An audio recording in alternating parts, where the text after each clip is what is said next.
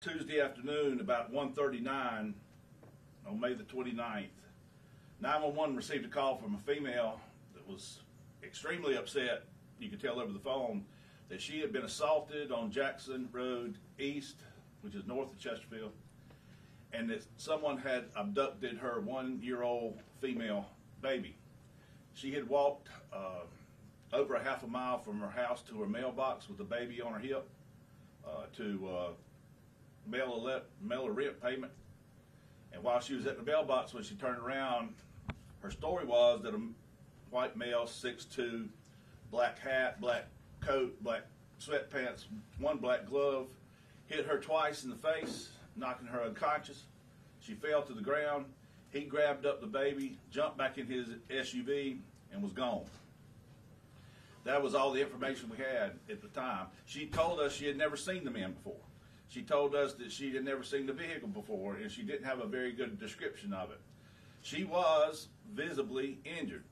She had a black eye, puffy around her eyes, puffy around her head, and her story at first was believable.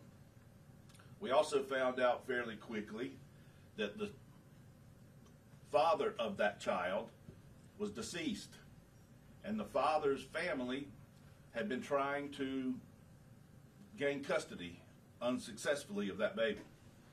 So, hope against hope, if we did have a kidnapper, it was somebody in that family trying to get that baby. And that would at least give us some place to start. Called an ambulance, had her checked out. They checked her out as fine. She was extremely agitated, extremely distraught. She was not making very much sense. She was very uncohesive when you were talking to her, and she seemed to be very emotionally an emotional wreck, which could be from a kidnapping. But as we tried to calm her down, as we brought her to the office, sat her down, gave her some water, gave her something to eat, put her in a cool room, and we asked her to tell her story again and again. And every time she told it, it began to unravel, and it became different. And as you know, and as all law enforcement know, a stranger abduction of a child is extremely, extremely rare.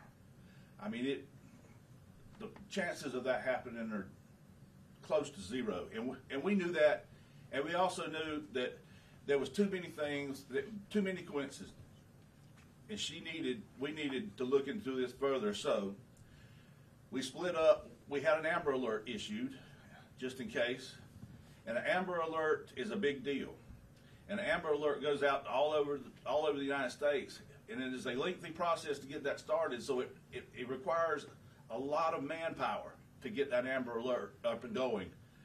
But we got that up and going. We had it distributed to everyone in the 300, 400-mile radius of the tier. And then we sat back, the detectives of this office sat back, and we talked for just a second. And somebody said, "What if?" And what if is what changed the direction of that investigation. We kept some people working on the Amber Alert type deal, but we started thinking about what if something else happened to that child. We obtained a search warrant for her house.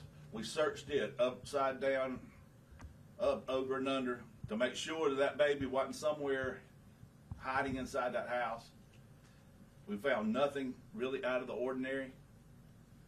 And after we searched that house, we started in circles around the house, and each circle getting a little bit bigger and a little bit bigger and a little bit bigger with all the manpower that we could muster. I would like to stop right now and thank the rescue squads, stop right now and thank SLED especially, and the FBI, who were already on the scene, ready to assist us in any way with manpower or any kind of equipment that they had that we may not.